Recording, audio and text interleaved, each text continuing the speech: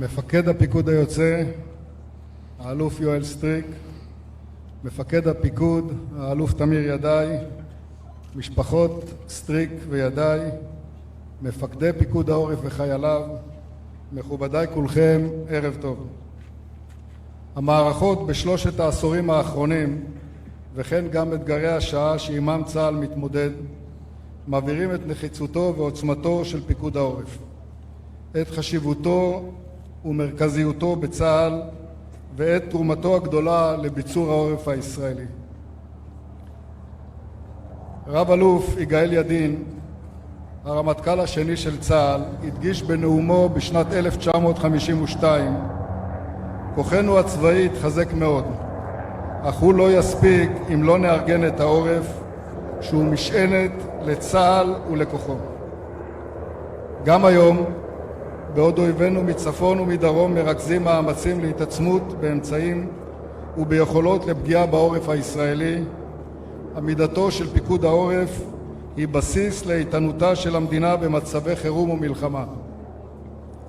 בעשור האחרון חל שיפור דרמטי ביכולות המודיעין, היכולות ההתקפיות וההגנתיות של צה"ל. בצפון נשמר עשור של שקט, ובדרום השתפרה המציאות הביטחונית מאז מבצע צוק איתן. מציאות ביטחונית זו מאפשרת אורח חיים תקין לאזרחים משני צידי הגבול. אנו תקווה שמציאות זו תימשך שנים ארוכות, אך אנו מבינים היטב שרק צבא עוצמתי, כשיר ומלוכד, יבטיח מציאות טובה וניצחון במלחמה. לכם, מפקדים וחיילים, יש תפקיד חשוב בשמירה על הביטחון גם בשגרה. בשנה האחרונה לקחתם חלק פעיל ומשמעותי בלחימה בטרור ביהודה ושומרון, ומנעתם פגיעה באזרחים ובתושבים. התמודדתם גם עם אסונות, ובהם קריסת החניון ברמת החייל ורעידות אדמה מעבר לים. בכל אלו ועוד פעלתם בנחישות, באחריות ובדבקות במשימה. יואל, לאורך שנות כהונתך הובלת את הפיקוד במקצועיות ובתבונה. ביססת את מוכנות העורף לאתגרי העתיד באמצעות חיזוק האפקטיביות המבצעית ושכלול יכולות טכנולוגיות ונוספות. אתה עובר כעת לפקד על הזירה הצפונית, העומדת בפני אתגרים מורכבים בהווה ובעתיד.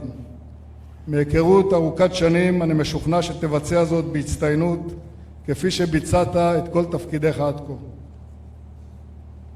תמיר, מהמפקדים המבצעיים והמנוסים בצה"ל, באמצעות הניסיון, הידע והכישורים שצברת לאורך שנות שירותך המשמעותי בדרג הנפרס ובמטה, תדע להתמודד עם מורכבויות התפקיד ולהבטיח את איתנותו של העורף אל מול האתגרים המתפתחים.